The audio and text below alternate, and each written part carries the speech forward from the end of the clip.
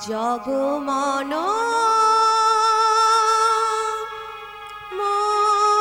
মোহন সংকট হারি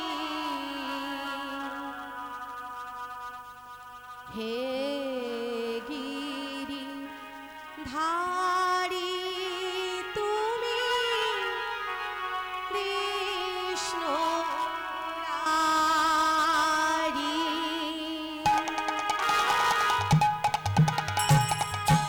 জগমন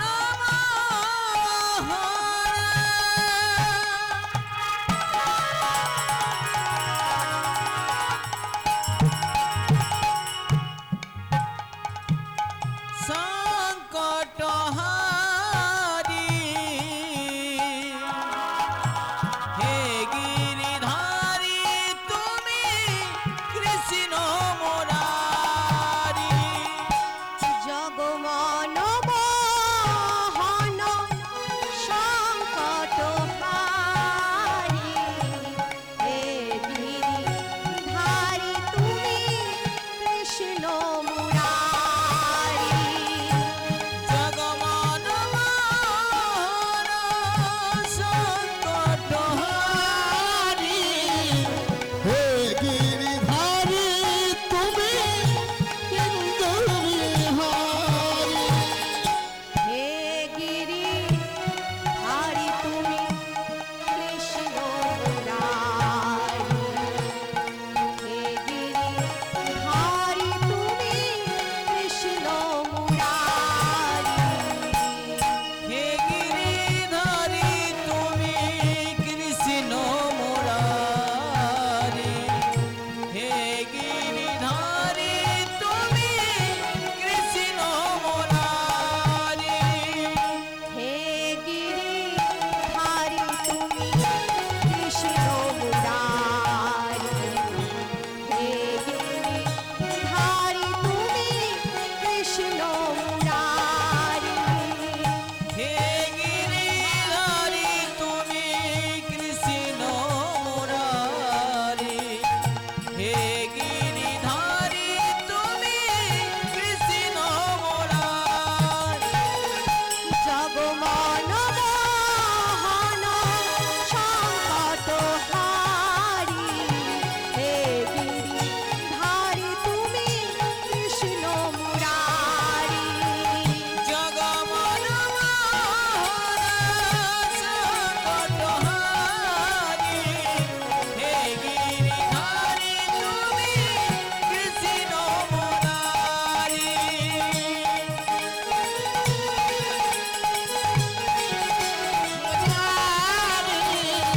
হে গিরিধারী তুমি ইন্দ্র বিহারী সত্যতে নারায়ণ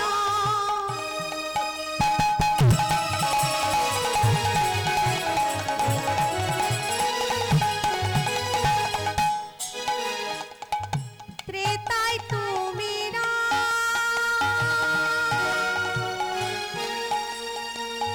দাপরেতে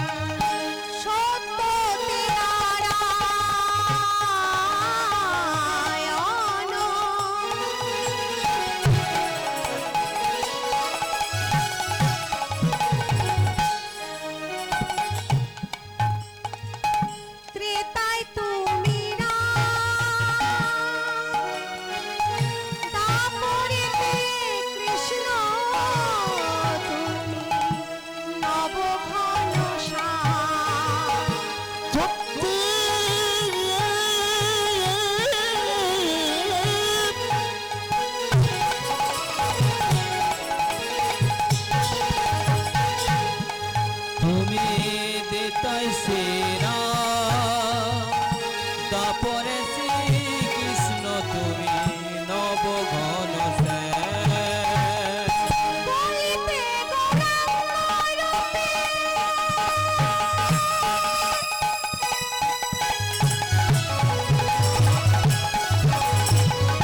বলিতে গৌরাঙ্গ রূপে এলে নদিয়ায়, দ্বারে দ্বারে নাম বিলালেন গৌরনিতাই, গৌরনিতাই।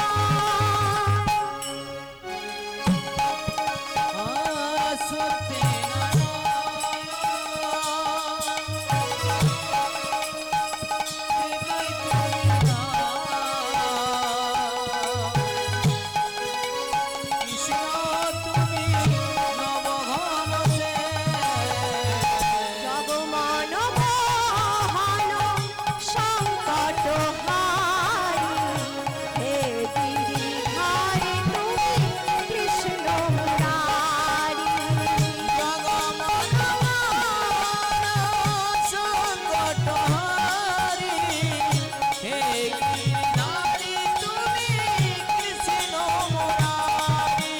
আর জগমোহন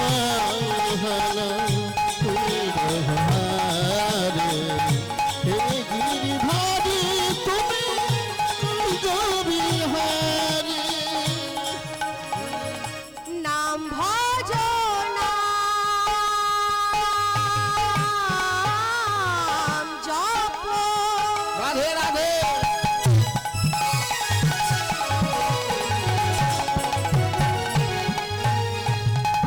নাম কর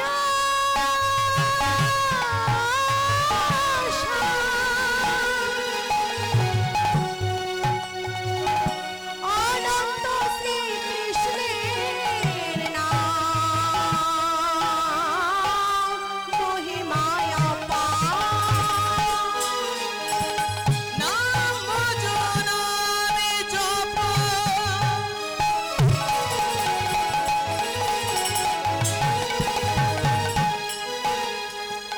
তুমি নামে করো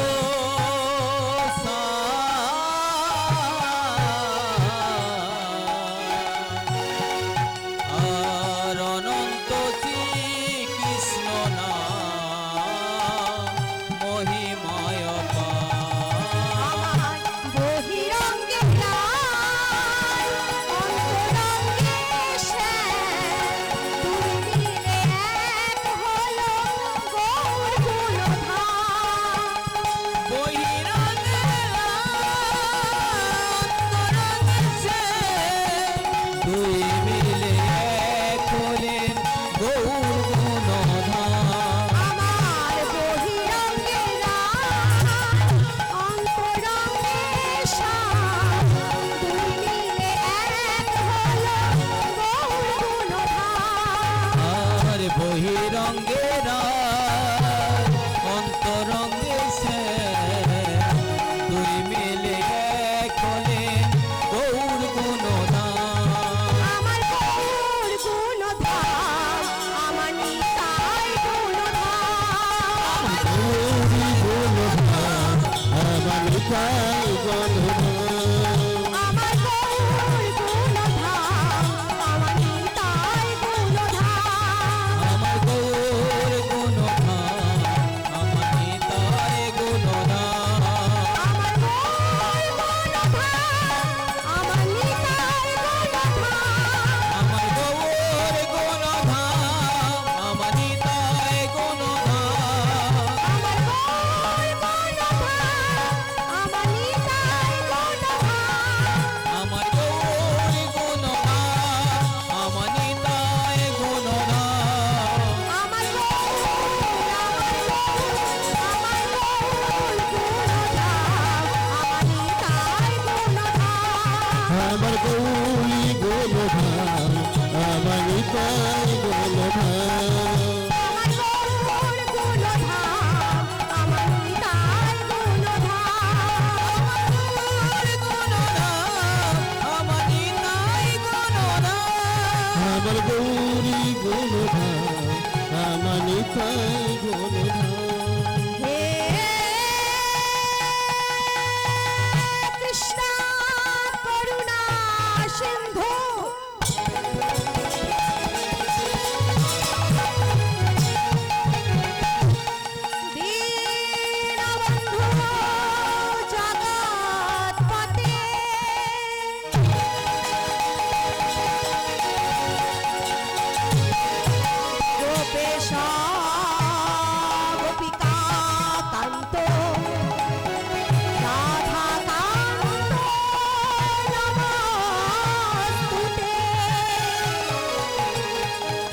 আমার গৌর গুণধাম আমার নিতাই গুণধাম আমার গৌরী গুণধাম আমার নিতাই গুণধাম কাঞ্চন গৌরাঙ্গিনী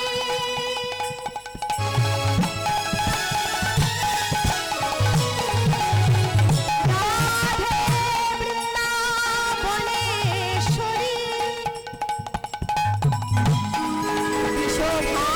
বিশোভানুসুতে দেবী তং নমামি হরি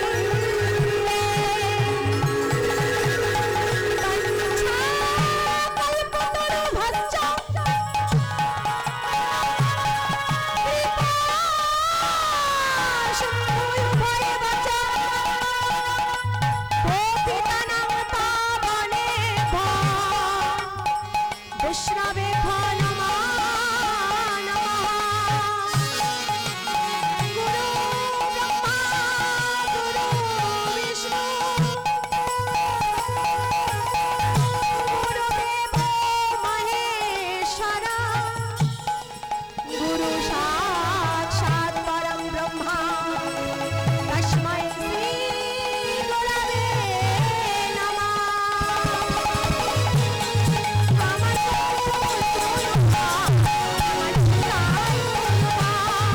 আমার গৌরী গুণধাম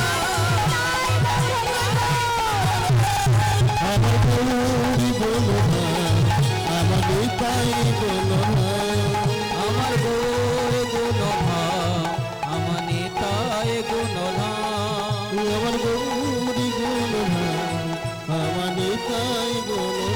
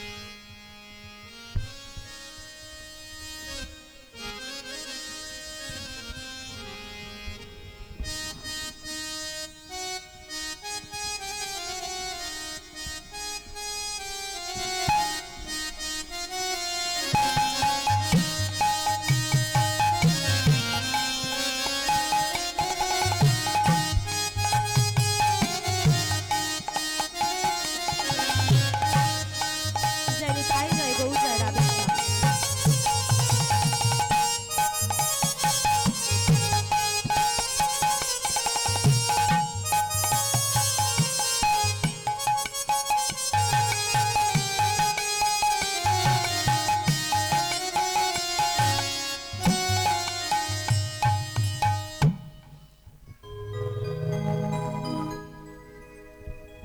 জয় নিতাই জয় গৌ জয় রাধেশ্যাম আরে আরে এ হ্যালো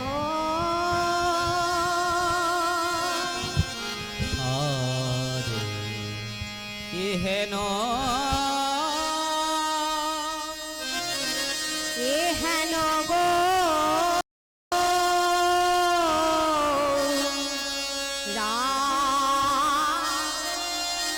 রঙ্গে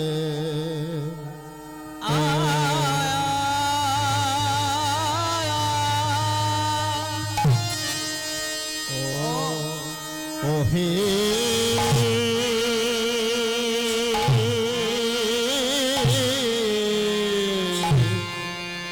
হে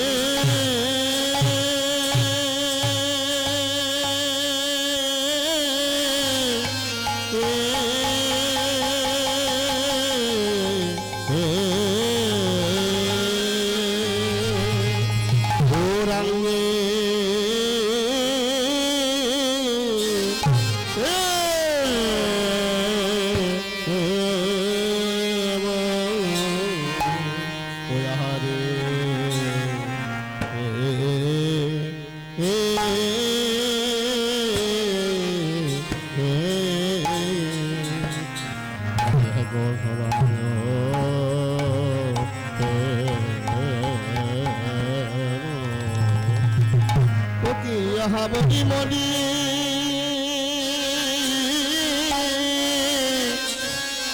কিবা সচি লাল্লালে আমার গৌর হরি আরে কিবা আরে হেন হেন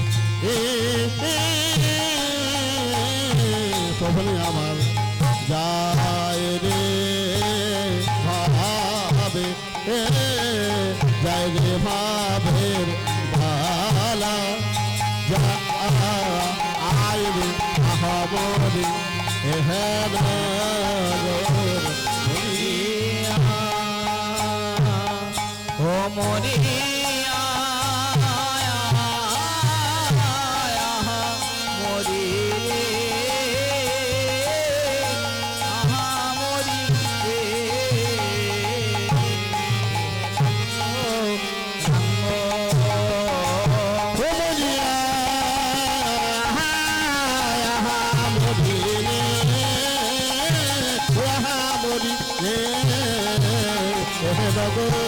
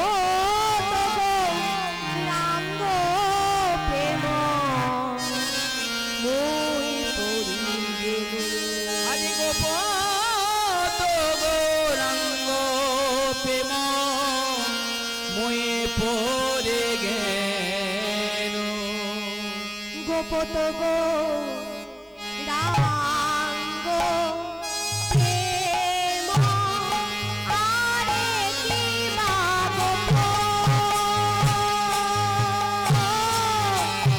গোপত গো রাঙ্গ প্রেম আরে কি বা গোপ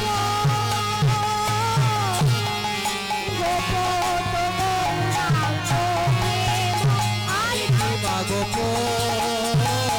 গোপত রাঙ্গ প্রেম আরে কি গপ গপ রাঙ্গ প্রেম আরে কি গপ রাঙ্গ প্রেম আ আ আ গোপত গো রাঙ্গ প্রেম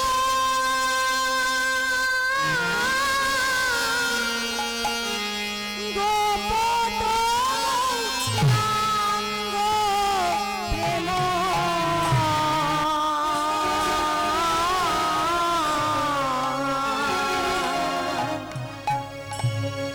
মই পড়ি গেলু আহারে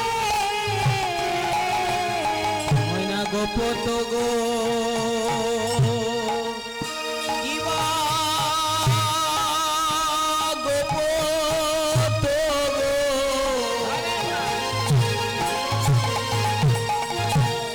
রঙ্গ প্রেম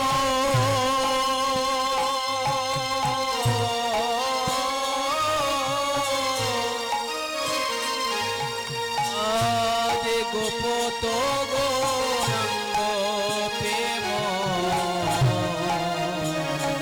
ময়না মুই পরে কেন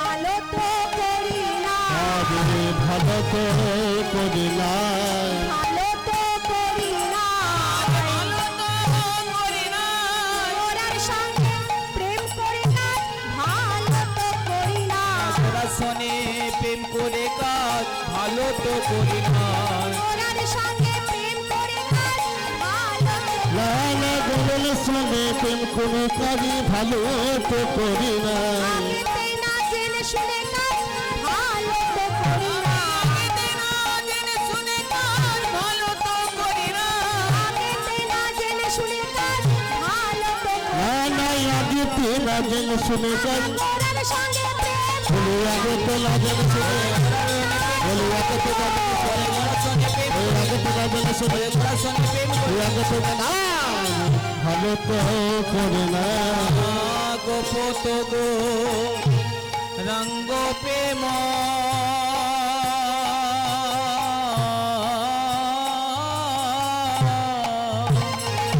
আছে গোপত গো রঙ্গ প্রেম গোরাই আমার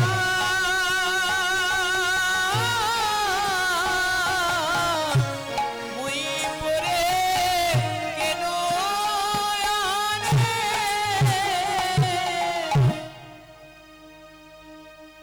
শুধু সকল ভক্তমণ্ডলী ও আমার ভক্তিমতী মায়েরা, আমার ভক্তিমতী বাবারা, আমার গৌর অনুরাগী, আমার কৃষ্ণ অনুরাগী সকল সাধু গুরু বৈষ্ণবের চরণে জানায় কীর্তন জগতে সব থেকে কনিষ্ঠা কীর্তনিয়া খেয়ালি মজুমদার আপনাদের সকল রাতুল রাঙা চরণে রইল আমার অনন্ত কোটি প্রণাম ও দণ্ডবত।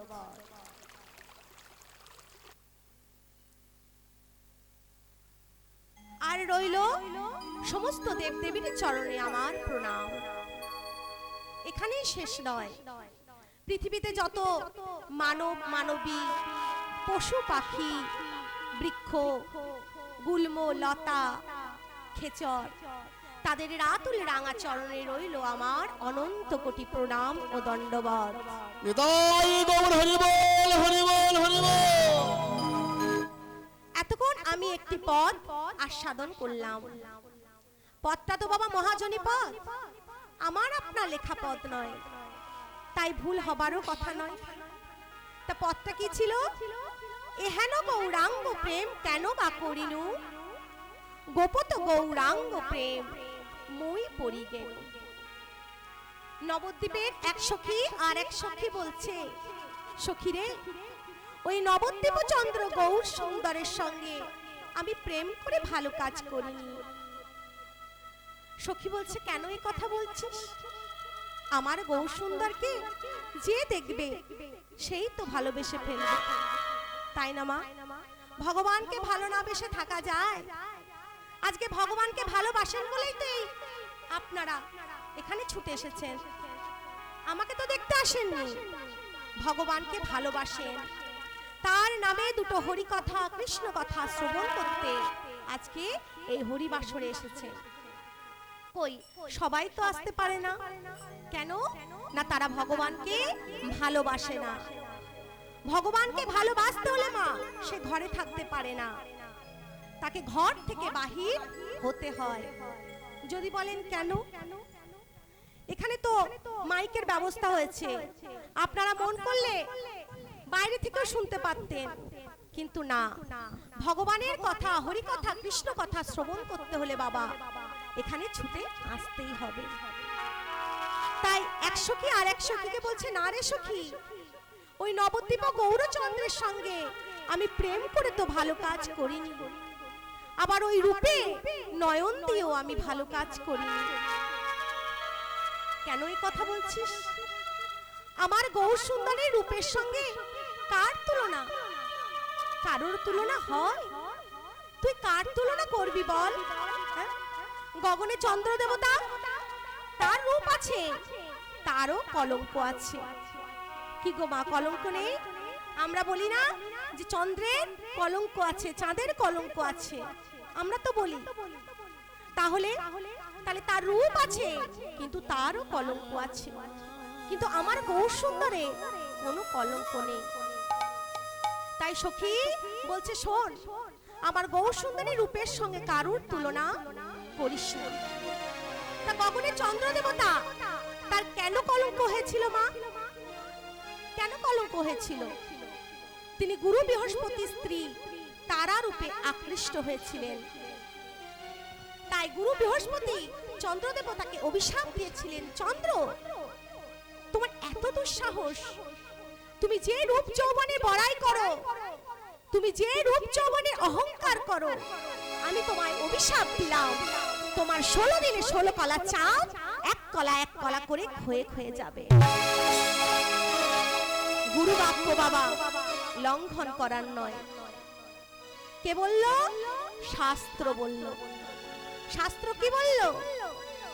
উদয়েতে যদি ভানু পশ্চিম দিক বিভাগে,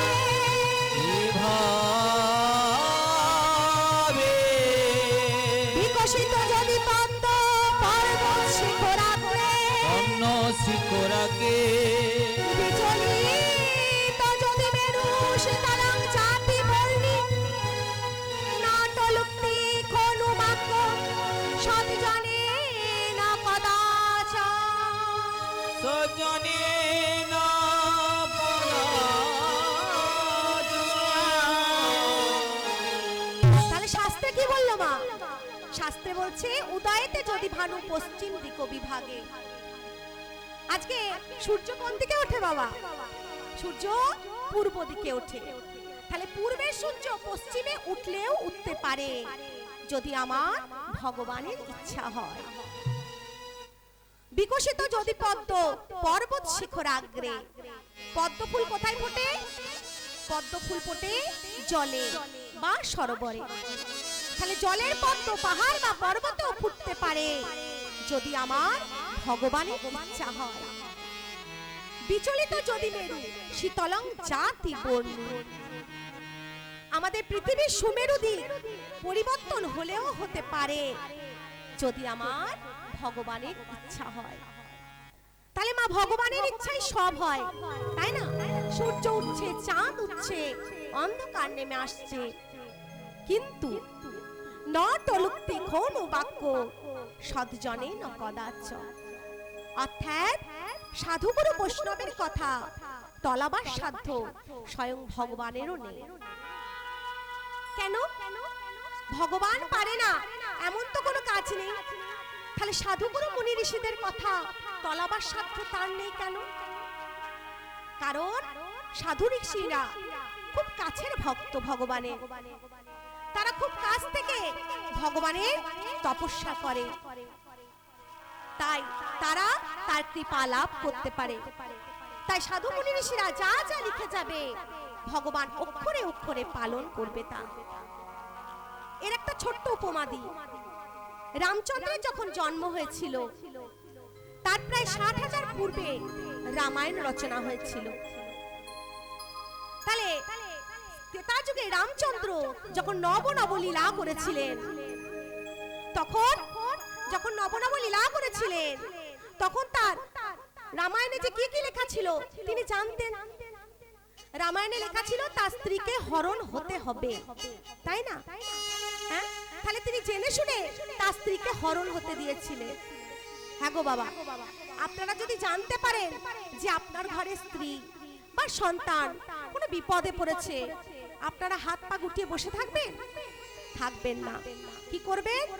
সেটাকে রক্ষা করার চেষ্টা করবেন, সেটা বিপদ থেকে আগলাবার চেষ্টা করবেন। কিন্তু ত্রেতা যুগে রামচন্দ্র সেটা করেনি। কেন করেনি? কারণ ওই যে মুনি ঋষিরা লিখে গেছে সেটা ফলাবার দায়িত্ব স্বয়ং ভগবানের। তাই তো আমরা ভগবানকে বলি ভক্তাধীন ভগবান। ভক্তের মনোবাসনা পূর্ণ করাই তার কাজ। তাই গুরুদেব যখন অভিশাপ দিলেন 16 দিনে 16 কলা চাঁদ এক কলা করে ক্ষয়ে ক্ষয়ে যাবে, চিন্তায় পড়লেন কারা? চন্দ্রের স্ত্রীরা। চিন্তায় পড়ে তারা কি করবে? অকালে যদি আমার স্বামী প্রাণ হারায় তাহলে আমাদের কি হবে? আমরা তো বিধবা হব। তাই তারা দেবাদিদেব মহাদেবের কাছে শরণাপন্ন হলেন। দেবাদিদেব মহাদেব তাদেরকে বললে তোমার ওই এক কলা চাঁদ আমায় দাও।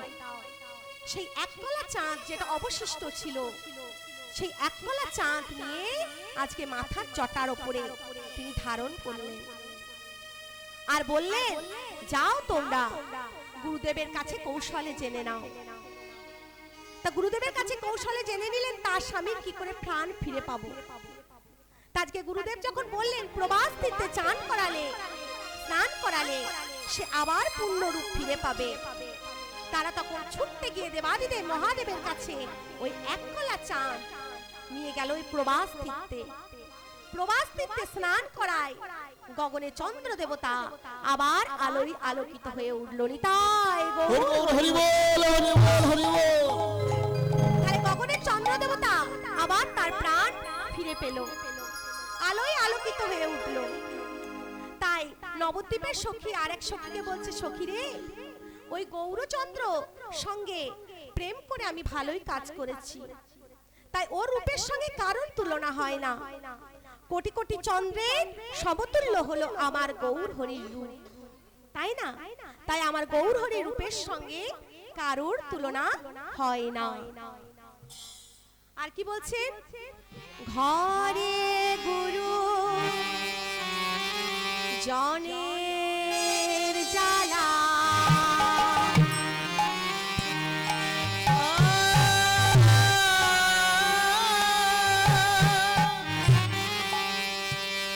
ঘরে গুরু জনার জ্বালা,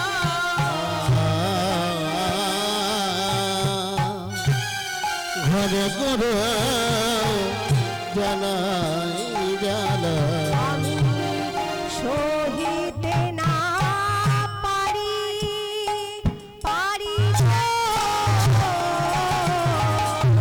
ঘরে গুরু জনার জ্বালা, আমি সইতে না পারি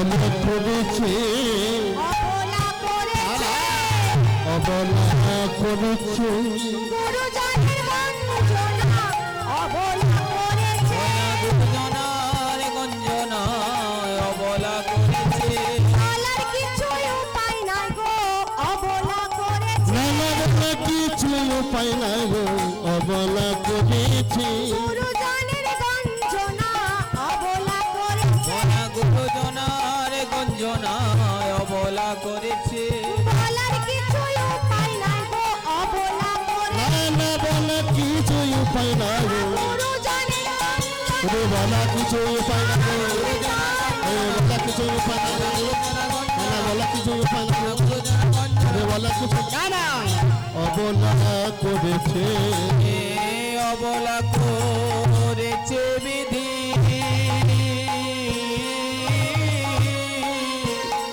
আমায় তাহে ভুলো নারী নারী জানিস সখী আমার ঘরটা কেমন ঘরে আমার গুরুজন আছে ঘরে আমার গুরুজনের জ্বালা গুরুজনের যন্ত্রণা আমি সহ্য করতে পারি না বিধি আমায় নারী করে পাঠিয়েছে আমরা কিন্তু সবাই নারী একমাত্র ভগবান ব্যতীত আমরা সবাই নারী দেখবেন মা আমাদের নারীদের দুই রকম স্বাধীনতা কেমন যখন আমরা বাপের বাড়িতে মা বাবার কাছে থাকি তখন আমাদের একরকম স্বাধীনতা আবার যখন বিবাহ করে আমরা স্বামীর ঘরে চলে যাই তখন আমাদের আর এক রকম স্বাধীনতা তা বিবাহের আগে যখন আমরা মা বাবার কাছে থাকি তখন কেমন স্বাধীনতা না কেউ যদি আমাদেরকে একটা কাজ করতে বলে এই ওই কাজটা একটু করে দে তো কার আঘাত লাগে বাবা বেশি মায়ের মায়ের আঘাত কেন লাগে না দুদিন পর মেয়েটা তো শ্বশুর বাড়িতেই চলে যাবে সারা জীবন তাকে শ্বশুর বাড়িতেই কাজ করতে হবে তা যদিন আমার কাছে আছে থাক কাজ করতে হবে না তা এটা একরকম স্বাধীনতা আবার যখন বিবাহের পর স্বামীর ঘরে চলে যায় বিকেলবেলা একটু বাদ দূরে দাঁড়িয়ে বৌমা গল্প করছে শাশুড়ি ভেতর থেকে ডাকছে বৌমা ঘরে এসো বৌমা কি করছে সুসুর করে ঘরের ভেতরে প্রবেশ করছে এখন অবশ্য সেরকম নেই তবে অনেক জায়গায় আছে আগে কিন্তু এরকম নিয়ম ছিল এখন সমাজ অনেক পাল্টিয়েছে তাই না তাই সখী বলছে জানিস সখী আমার এই যে 14 পোয়া মানব দেহ 3.5 হাত ঘর তো এই ঘরে আমার শাশুড়ি আছে শ্বশুর আছে ননদিনী আছে স্বামী আছে তা তাদেরকে ফেলে যদি আমি পরপুরুষের সঙ্গে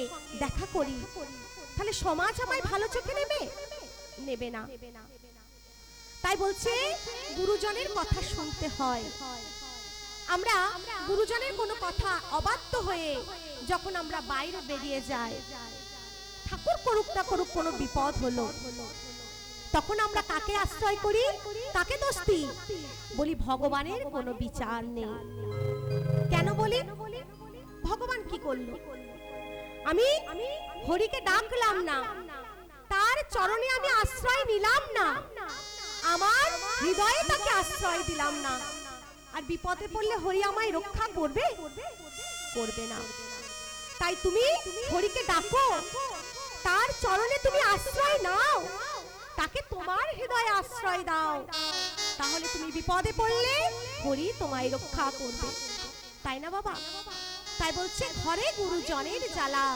সহিতে না নারী অবলা করেছে বিধি তা হেতুল নারী তা আমার গৌর সুন্দরকে দেখে আর কে কলঙ্কিত হয়েছিলেন শ্রীবাস আচার্য পণ্ডিতের ভাইজি নারায়ণ তা তিনি কেন কলঙ্কিনী হয়েছিলেন আজকে নারায়ণী ছিলেন বাল্য বিধবা স্বামীর নাম বৈকুণ্ঠ দাস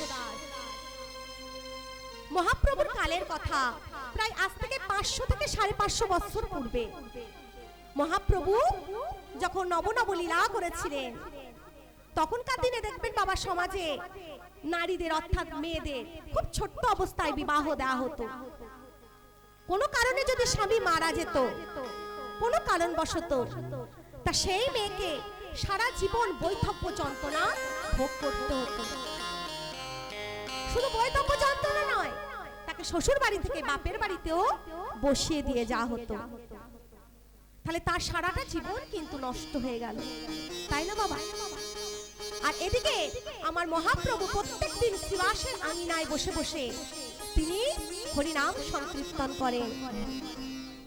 আজ থেকে 500 থেকে 550 বছর পূর্বে আমার মহাপ্রভু এই হরিনাম কৃষ্ণ নামের জন্য আজকে তিনি হাতে ধরেছেন, পায়ে পড়েছেন, দাঁড়ে দাঁড়ে ঘুরে বেরিয়েছেন, ধুলায় গড়াগড়ি খেয়েছেন।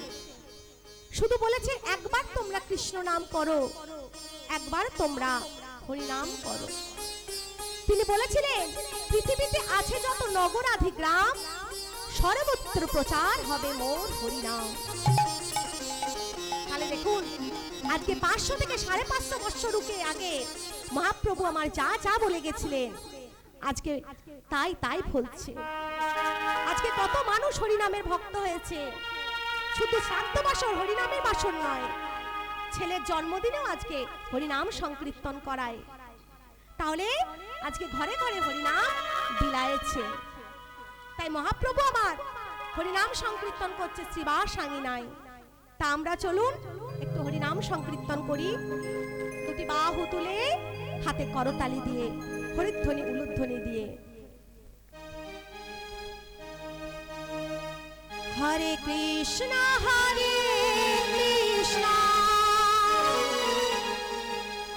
কৃষ্ণ কৃষ্ণ হরে হরে, হরে রাম রাম রাম রাম হরে হরে। হরে কৃষ্ণ কৃষ্ণ কৃষ্ণ কৃষ্ণ রে হরে,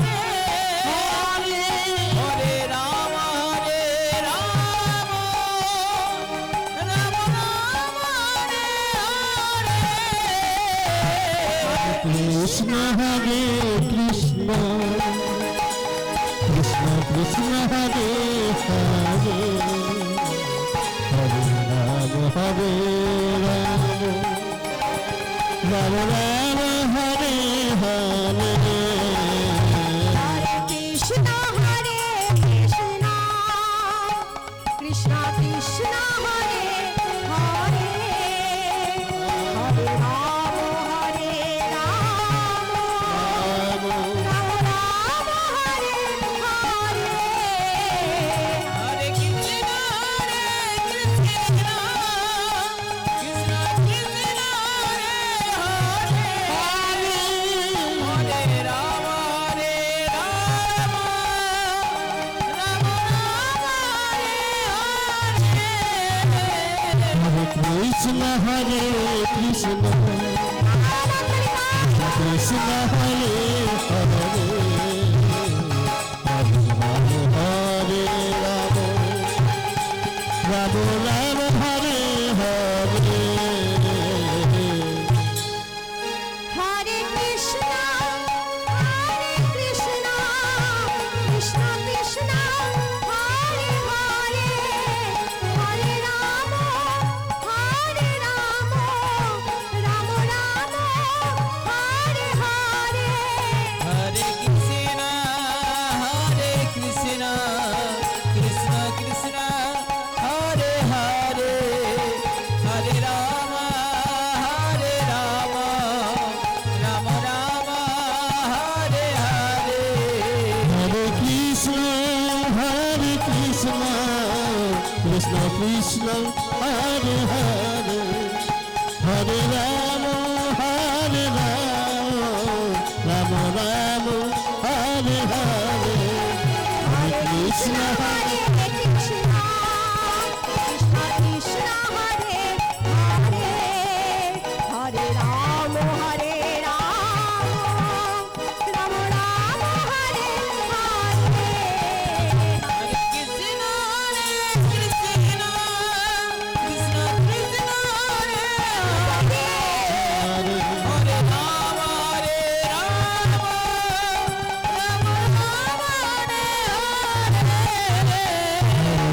কৃষ্ণ হরে কৃষ্ণ কৃষ্ণ কৃষ্ণ হরে হরে হরে রাম রাম রাম হরে হরে। আজকে মহাপ্রভু হরিনাম সংকীর্তন করছে। তো এদিকে কি হয়েছে? এদিকে আমার নিত্যানন্দ ঠাকুর আর চোখ বন্ধ অবস্থায় ধ্যান করছেন, আর নারায়ণী এসে নিত্যানন্দ ঠাকুরের পায়ে হাত ধরে প্রণাম করলেন। তো যেই না প্রণাম করলেন, আজ নিত্যানন্দ ঠাকুর আশীর্বাদ করছেন, মা কে তুমি? পুত্রবতী হও। চোখ বন্ধ অবস্থায় কিন্তু আশীর্বাদ করেছেন।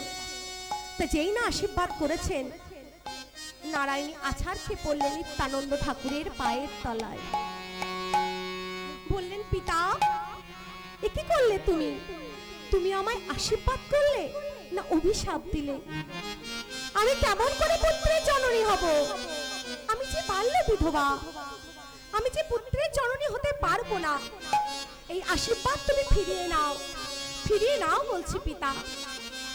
নিত্যানন্দ ঠাকুর চোখ পেলে তাকিয়ে বললেন, দেখো মা, একবার যখন বলে ফেলেছি পুত্রের জননী তো তুমি হবে, তবে কেমন করে হবে সেটা আমি জানি না। এই বলে তিনি সেই স্থান ত্যাগ করে চলে গেলেন। এদিকে নারায়ণী কাঁদতে কাঁদতে আজকে গৃহে ফিরে গেলেন। আর এদিকে আমার মহাপ্রভুর নাম সংকীর্তন শেষ হয়েছে। তা মহাপ্রভু আজকে শয়ন মন্দিরে এসে বিশ্রাম করছেন। তার দেখাশোনা কে করে?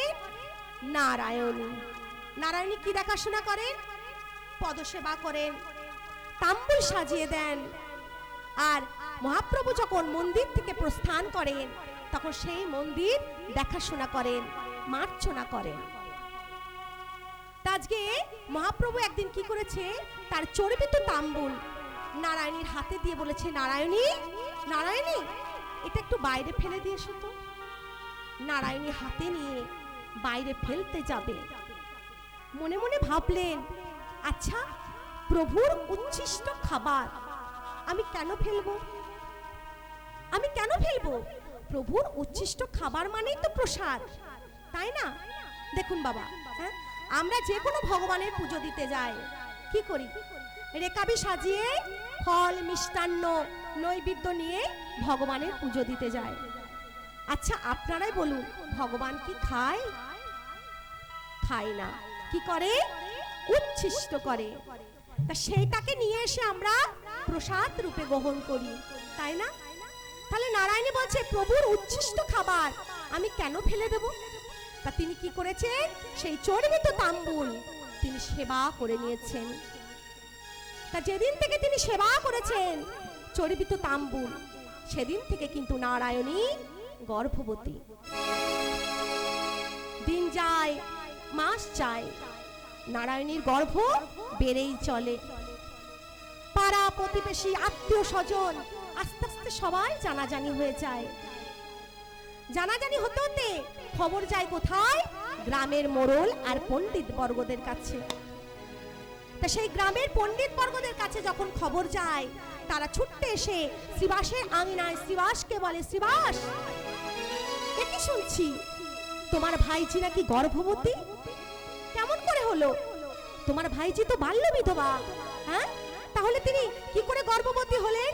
না না না না, এ তো পাপাচা, ঘোর অন্যায়। না না না, এ হবে না। এই গ্রামে থাকতে গেলে তোমাকে তার বিয়ে করতে হবে, না হলে তোমাকে আমি সমাজচ্যুত করব।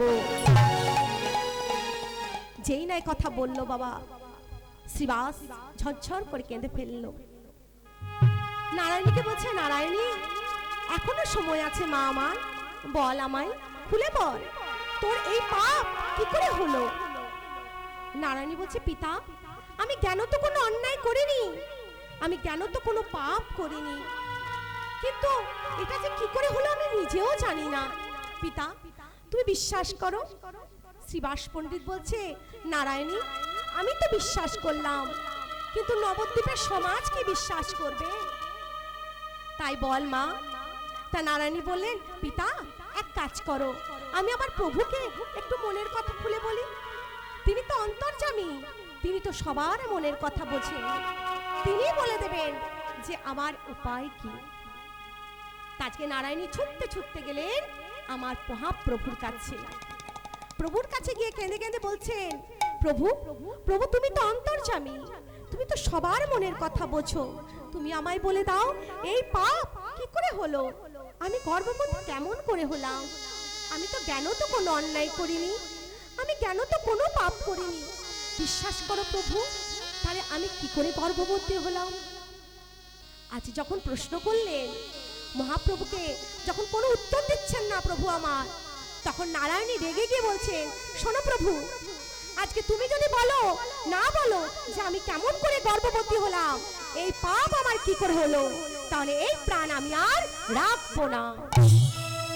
মহাপ্রভু বলছে, না নারায়ণী, না না, আত্মহত্যা মহাপাপ করো না। আমি বলছি তুমি গৃহে ফিরে যাও, গৃহে ফিরে গিয়ে তুমি শ্রীবাসকে বলো গ্রামের মোড়ল পণ্ডিত সবাইকে ডেকে আনতে, আর তারা যদি এসে তোমায় কোনো প্রশ্ন করে তুমি একটাই উত্তর দেবে, বলবে আমি তো কিছু জানি না, আপনার যা জিজ্ঞাস্য আমার গর্ভকে জিজ্ঞাসা করুন। আজকে নারায়ণী কাঁদতে কাঁদতে চোখের জল মুছতে মুছতে গৃহে ফিরে গেল।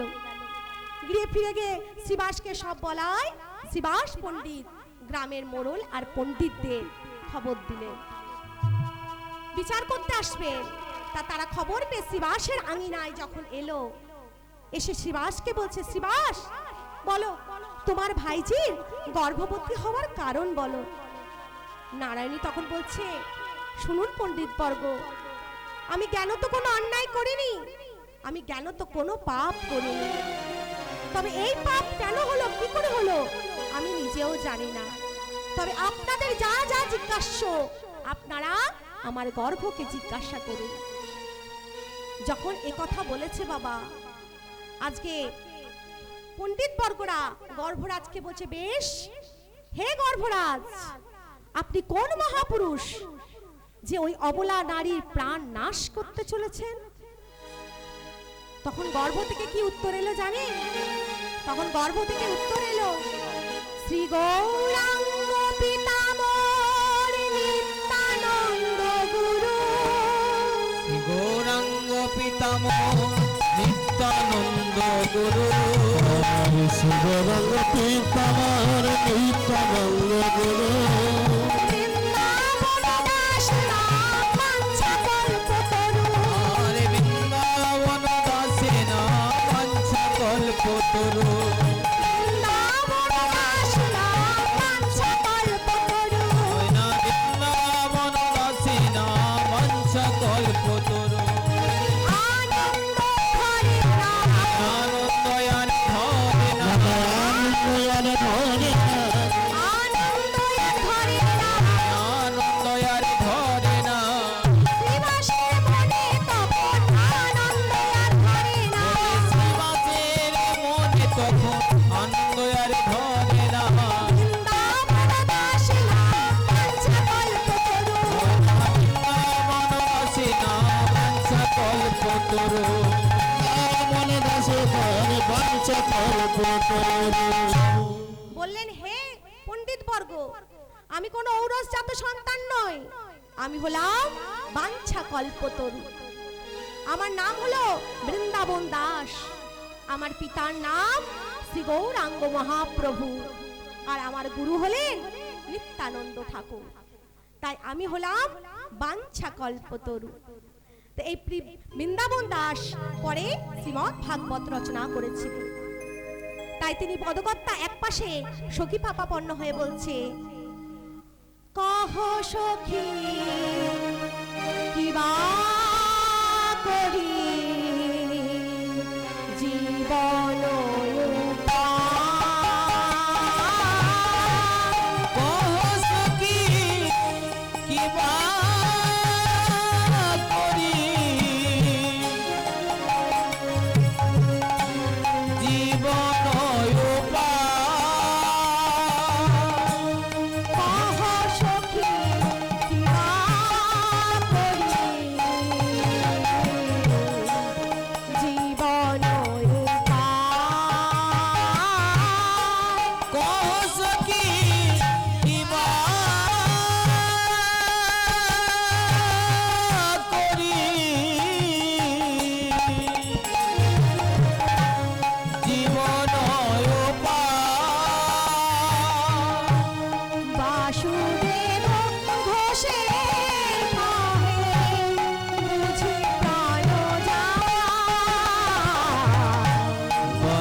বাসুদেব ঘোষে কহে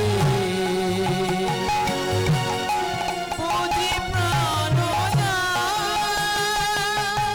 বল বল আমায় উপায় বল গো বলে বলে আমায় উপায় বল গো বল বল আমায় উপায় বল গো উপায় বল গো মরিলে প্রাণে বাঁচব না আর বল বল আমায় উপায় বল গো নইলে প্রাণে বাঁচব না গো বল বল আমায় উপায় বল গো বাসুদেব ঘোষে কহে বুঝি প্রাণ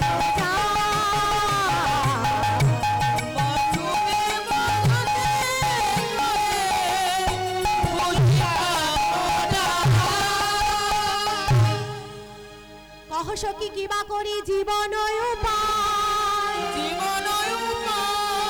বাসুদেব ঘোষ কহে বুঝি প্রাণ যায় যে প্রাণ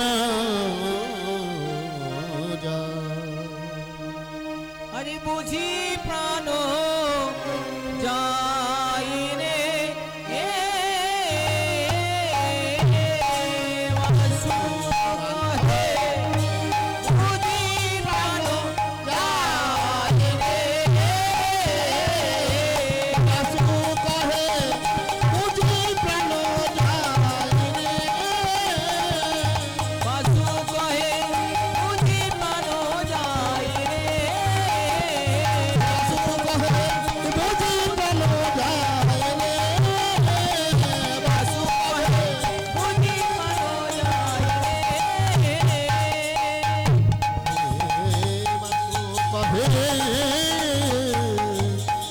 বুঝি প্রাণ যায় রে বাসু কহে বুঝি প্রাণ যাই রে বাসু কহে বুঝি প্রাণ যায় রে বাসু কহে বুঝি প্রাণ যাই রে বাসু কহে বুঝি প্রাণ যায় রে বাসু কহে বুঝি প্রাণ যাই রে বাসু কহে বুঝি প্রাণ যায় রে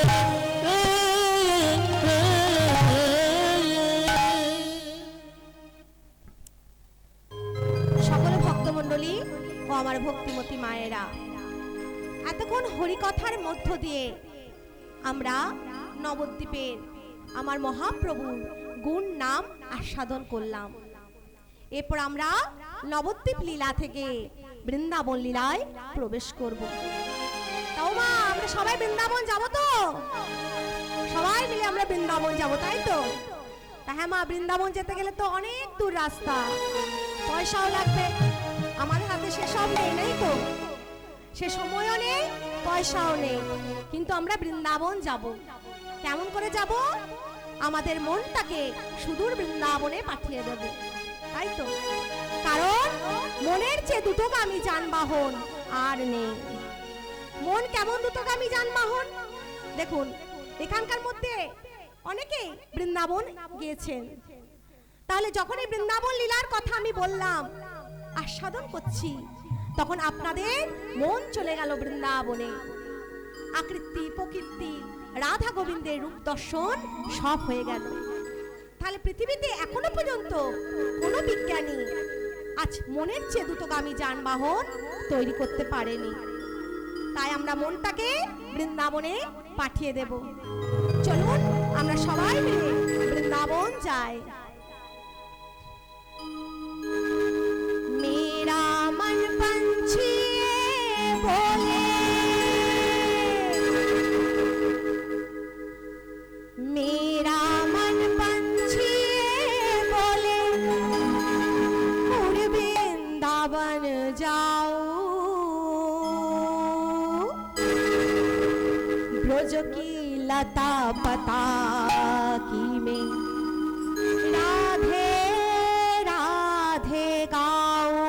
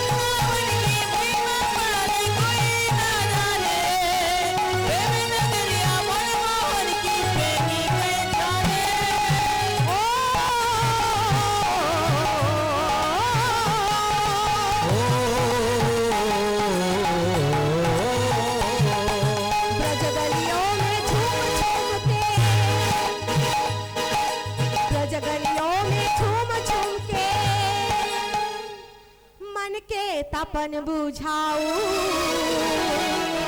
ब्रज की लता पता राधे राधे गाओ राधे गाओ सेम सेम गाओ राधे गाओ सेम सेम गाओ राधे राधे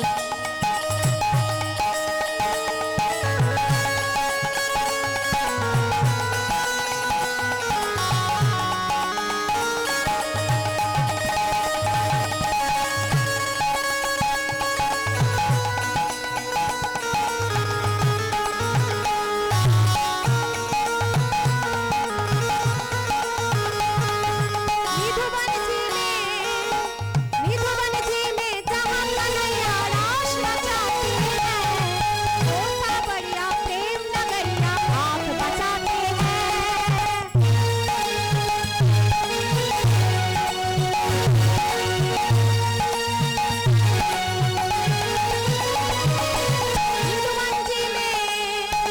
निधुवन जी में जहाँ कन्हैया रास रचाती है वो सावरिया प्रेम नगरिया आँख बचाती है